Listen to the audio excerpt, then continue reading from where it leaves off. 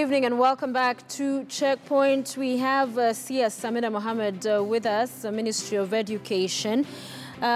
Before we went on break, we had said as we come back, we'll be talking about the question around the Moy Girls School. Remember those allegations around rape there? Coopert came out with a report a few weeks ago, and I spoke to the Secretary General at the time, and their report saying that in their view, what they had found was actually no rape incident, and that was a witch hunt to force out the now immediate former principal and board. As we saw, the board was disbanded at the time. There's a question here from Ken Lucia. You say, let the CS explain to us what we now know about what happened, as there have been many conflicting reports. Talk to us about the Moy Girls School. A lot we saw happening, and you heard what Coopert had to say. What's the position? What have you found so far? Well, I think that the information that we have is the same one that that you have. Yeah. What's different is what we have put in place, the measures that we have actually put in place to address the the situation that we found there. On the 2nd of June, as you recall, there was an allegation of rape in the school. In fact, one rape and several attempted rapes, right? And so we went there together with my whole team. We also had informed the Ministry of Interior, so this year I had sent officers to the school. Right. And at that time, that night, when we went there, what we actually found was that there was a lot of laxity in the school. We found that that there were spaces that were actually not guarded in the school. We found that there was a construction site. You remember there was a fire, right, last year? Yes, yes. And as a result of the gutted dormitory, there was a construction of a new dormitory that would actually take about 400 girls, right, that was ongoing. So there were construction workers on the school grounds, and these construction workers were actually using the same main entrance, right, that everybody else used to get into the school. Right. So we found a lot of things that were not going right. I went into the dormitories, and the situation there was actually not, it wasn't right, you know. First of all, there's a bit of congestion, which would not have created a problem if this rape had not occurred. And So did it occur? Because Coopert is saying no. No, well, it did, because the students, the one that was affected and the others were all taken to hospital, and they were taken to several hospitals actually, Yes. to just make sure that we have the correct DNA, you know, we get the correct reading from the doctors. Yeah, the information we got was that it actually took place. As you recall, DNA was taken of all the male, non-teaching staff and teaching staff, so as to establish what actually happened.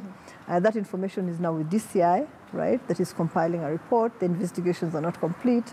And so I'm actually surprised that there's a report that's claiming something totally different from the information that I have so far, without waiting for the investigations to be concluded and for DCI to come up with its own findings, right, on the basis of which then all of us can act, whether it's Coopert or others. Yeah. Right? So when they say it was targeted at the board and it's important principal. that we get the facts right. Yeah. The principal actually went on early retirement. She had been in the school for over 18 years, right? She was the same principal who was there last year, right? The BOM we found were lax, because even after the incidents of fire, then this, and others, you know, the measures they put in place were not adequate as far as I was concerned. The PA, the Parents Association, also we found had issues. So what we did was, in order to start afresh, right, after the principal took early retirement, which was of our own volition actually, she decided to do that. We decided that it was time to actually dissolve this BOM and also dissolve the PA, allow parents that were so aggrieved and angry, right? You probably recall when I went to have a meeting with them that they were really, really angry. Yes, they were. Yeah, and so I wanted to give them an opportunity now to put in place an association that they themselves, right, were happy with, because for many of the parents, this was an association that had actually been put in place before their children came into school. Okay. And so give them the opportunity to put that in place. Right. Give them the opportunity also to agree on who should be part of the BOM, right? So all that was done. So what we also did is we made sure that all the gaps that were in the fences, right, were closed. we put in place a 5 policeman, right, round the clock, right? Yes. Team that was in the school throughout. Okay. We also banned, we didn't ban, but we extended the ban on visiting days. The ban had been in place since 2016, but we extended it. But in order to make sure that these learners had quality time with their parents, we extended then the time that they would spend at home on half term. Instead of the 3 days, we extended that and made it 5 days. Let me stop you on that, if you don't mind, interject that on the visiting days, because yes, it was there only on 3rd term, now it's been extended. And there was some heat towards you and the ministry on the same, because the question was, what is this evidence that has found that when parents come for 4 or 5 hours to visit their children, it's affecting operations or distracting them, if you like, from learning? Our findings again, even from the county dialogues, that during visiting days, right, students actually socialize with more than their parents, okay? That it's the time when some illegal substances are brought into the school. It's also a time when parents have been told about exam malpractices and isn't that laxity on the part of the schools allowing any Tom, Dick and Harry then outside of the family to come in? Parents, it's very, very difficult actually to determine. For instance, if the parents come in with a few other people, right, to see their child, I don't know how easy it would be to actually deal with that. So it's much better, in my own view. I'm a parent too. I have 7 children, right? So in my own view, I would rather spend the 2 extra days with my child, right? Instead of 5 hours, right, every term.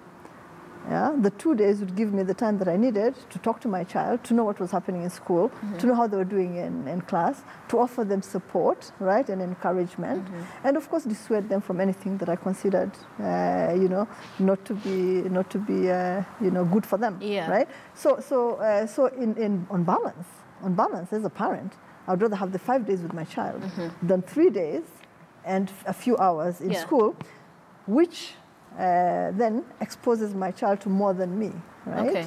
To other things as well. And so I think that, in fact, from our own reading, we have a lot of support on that, on the 5 days of half term. So extra time at home as opposed to... Quality time with your parents. Okay. Let me ask you this question coming in from one of our viewers, and this is touching on approved schools, now known as rehabilitation schools, that they don't have teachers and children. They are sent home before they complete their education. So Boniface says, in 2004, Kabeta Rehabilitation Secondary School students went on strike. The secondary school was closed and it has never opened again. The Children's Services Department in Kenya currently runs 10 children rehabilitation schools, 12 children's remand homes, and 3 children rescue centers. None of them has a secondary school option. How? True. None of them has a secondary school option because we expect those children to move into integrated schools, right? In preparation, right, for their movement into the rest of society and to go back to different pathways, either go into a TVET or go into university after your secondary school, right? So they actually move from those schools into integrated schools. The idea being that you don't want to keep them isolated, right? Not exposing them to the real world after they have committed, some juvenile offense, right? The time that they spent in those rehabilitation centers are supposed to be used to rehabilitate them, right? And not to sentence them to a life in a different atmosphere and environment than everybody else. So the idea is prepare them, right? When they finish their primary education, move them into integrated But is there a system to allow that kind of transition? Yes, there is. So if a school is not doing it, right, then we'll need to find out who it is that's not actually acting on that. But they're supposed to move into an integrated school. We have the free day secondary school, right? And that is the right of every Kenyan child. Right? We have just reported now that today money was released for the free day secondary education. This is just 12 days to closing of schools. So they have struggled through second term. In fact, last week they were talking about asking their members to shut down because they can't run. What happened? You know what? The school year and our financial year, right, are not really overlapping. Okay, there's a big discrepancy. Our financial year begins in July, right? The school year begins in January. Second term begins sometime in April, May. Yes. Right? So there's that difference of 2 months. Okay, when we don't have the resources, our financial year has not started, and the school year, the school term has begun, right? And so that has been the case, over a long period of time. Okay. We have now decided that we're actually going to rectify that by ensuring, they have a 50%, 30%, 20% yes. Yeah? Yes. Release of funds. So what we've agreed now is that we're going to release more than 50% in the first term, right? 20% in the second term, so that it's not severely affected. Yes. Right? And about 30% in the third term, when we have the resources and we can provide them, on time. So you're saying that will not happen again? So we're hoping that it's not going to happen again. Okay. Right? Because now we're putting in place measures to actually address the discrepancy in time. All right. We have a question here from Rugambo Bob. He's saying, teachers being moved from where they are teaching and live with their families in instances where a couple are teachers and they're taken to 2 different parts of the country. It's being done hurriedly and they did not consult teachers. And as you get to respond on the concerns around delocalization, let's listen to the NAT boss, that's Wilson Sosion, and what he had to say about the same. Now you're worsening it with this animal called delocalization. You can see teachers are being beaten. Even the strikes that we witness in secondary schools is caused by delocalization. So they have threatened to strike down their tools in September if this continues. I know it's a matter that TSC, it's under Teacher Service Commission purview, but it would affect education, Absolutely. which you're the head. Do they not have legitimate concerns about how it's been handled and the consultation question? There's nothing that's perfect, right? And yes, there may be imperfections here and there, but delocalization happens across government. It happens across government. So you have, county commissioners moved, regional commissioners moved, police officers moved, so it happens across government, okay? That it hasn't happened with teachers before, right, was just an anomaly. It wasn't the natural thing to happen. Were they consulted? So, as far as I know, there was actually a task force that was formed that went to other countries to benchmark, right, on some of these things. And so yes, I think we need to have a conversation on it. Right? We need to have a conversation on it. But that conversation should be directed at how do we improve it? How do we make it much more effective?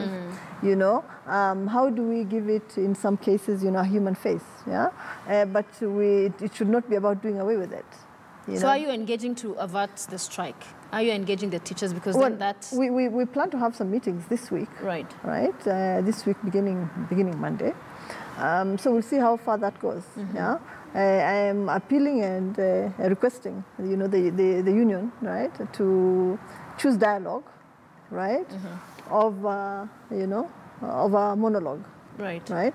And so it's important that we talk to each other. Okay. It's really, really important. Let's touch on the several proposals we've heard. The Parents Association talking about a single uniform, one similar uniform across the board. There's the cost.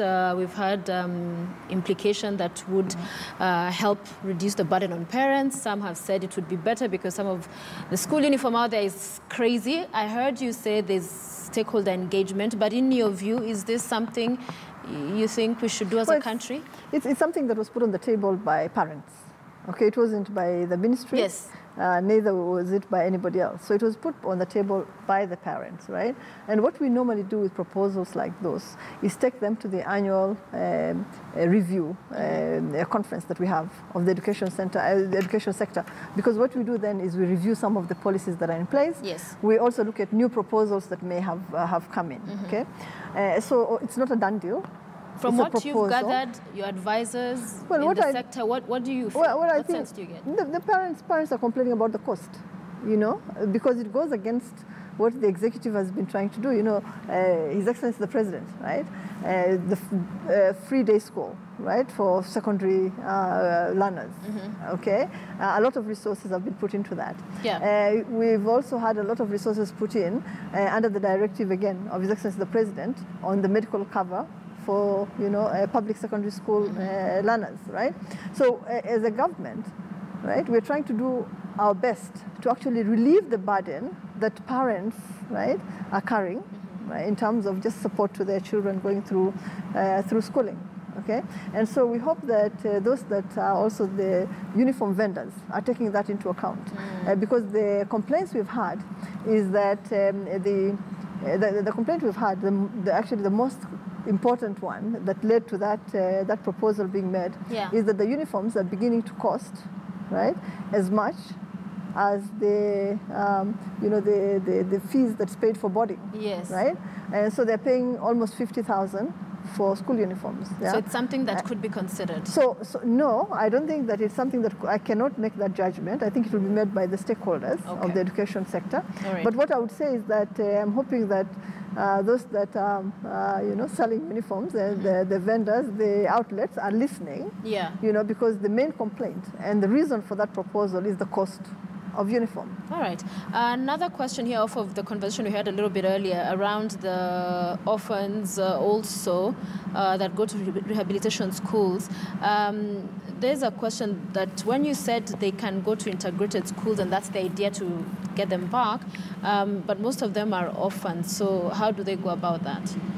Well, if they're in rehabilitation centers, it's actually the responsibility of the rehabilitation center to make sure that these children continue, right? To live.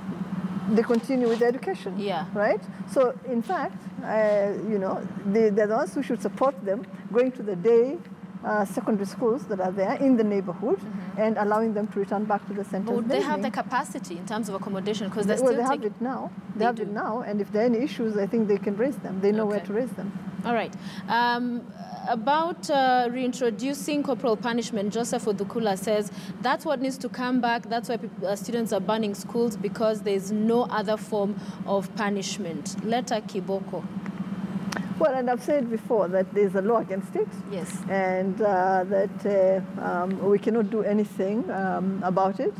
And the law would need to be changed. But even if that law was changed, because the law was put in place, right, in order to meet our international obligations, there are still international conventions that are in place. There is the Convention on the Rights of the Child, right, that bans corporal punishment. Yes. Yeah? So even if you took away our law, you amended it, you'd still be obligated, right, to comply with your international obligations, right, which say that the dignity of the child is affected when they're exposed to corporal punishment, And so I think that, the time for corporal punishment is truly gone. Yeah. And we need to find ways of communicating with our children, because it's about communication, right? We need to find a way of encouraging our children, right, and allowing them to achieve their full potential. Yeah? And I think that if we came together with teachers, parents, the ministry, of course, and the community as a whole, because like you say, it's always said, a child is brought up by a whole village. So if the whole village came together, right, I'm sure that we would not be calling for the return of corporal punishment. It cannot be the easy way out. If the child misbehaves, yes. Then, whatever corporal punishment on them, I think that that's an easy way out, and it should not have any place. It's done and dusted. Our society today. I think we need to be much more engaged, right, with our children than that. But before I forget, there's something actually that remember when I was coming, a parent was talking to me about their neighborhood and school buses that pick little children, 6 a.m. And I've seen that debate once in a while. People will put it up on social media. How can this be handled? I mean, it's insane. I think we're dealing with it. Little kids. We're dealing with it. We're dealing with it because, when we carried out the county dialogues, right? One of the things that came out, and which we should all be ashamed of, is just the level of violence against children, right? That's occurring.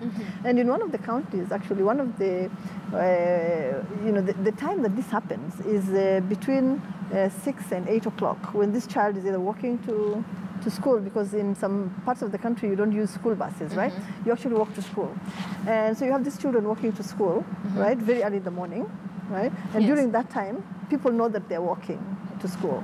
And so, there's that, opportunity to actually, mistreat, abuse these children. Yes. And so this is something that we're actively looking at because we think that it's really, really important. There was a policy in place at some point. We need to go back to that policy, which dictates that school should actually be between 8 o'clock in the morning and 5. Yes. So we need to really go back to that, and we're looking at it actively.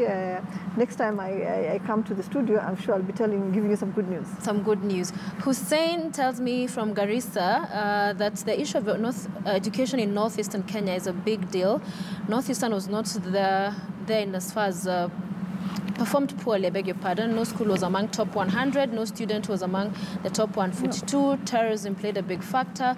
What do we expect this time? Is there a hope for Kenyans in terms of education in the north? Well, we're working very hard to actually improve those circumstances that he's talking about, right? I think that the Ministry of Interior and Coordination of Government is working really hard to make sure that in terms of the security, that schools have a safe environment around them.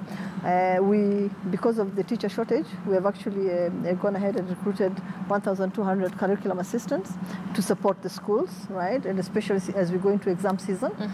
So we're doing our best. The recruited teachers, most of them are going back to Northeastern. I think 900 actually going back to the Northeastern region, and we'll continue recruiting more and more teachers. TSC has said it severally that if there's any teacher who is from the Northeastern region, that they would recruit them. They wouldn't even have to go through the normal process that they go through. So the idea is to make sure that we address that.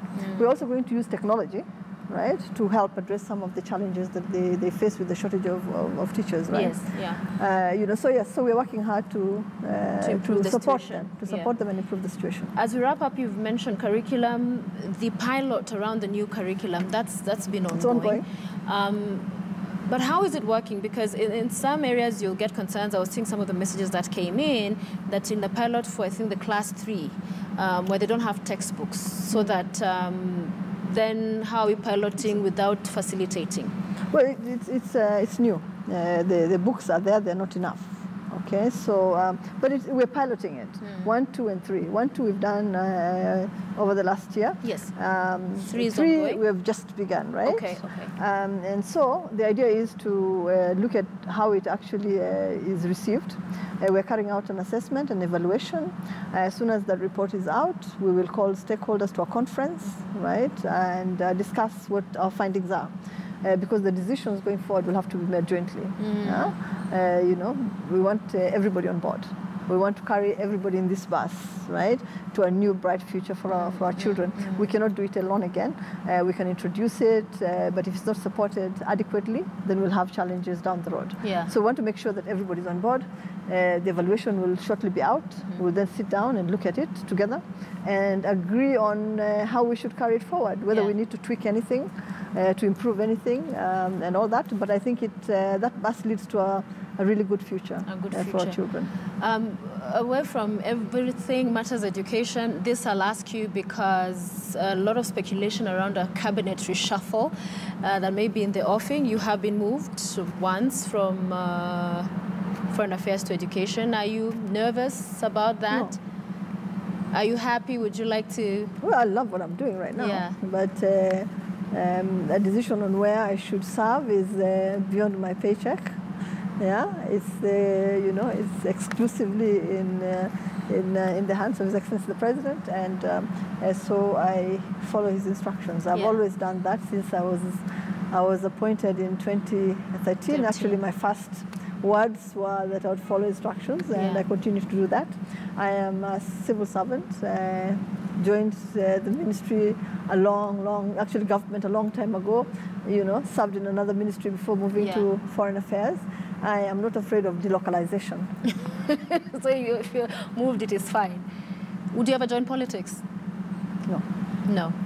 All right. Asante sana. Thank you so much for being with us. I have gone completely off tangent at the end, but it's good to get your view on that. CS Dr. Ambassador Amina Mohamed with us tonight here on Checkpoint. We thank you for your time, taking the time to answer the questions, even those that some of you managed to send to us this evening. My name is Sophia Wanuna. The show continues after this break. We'll bring you the sporting activities, what's been happening internationally and locally. We'll be right back.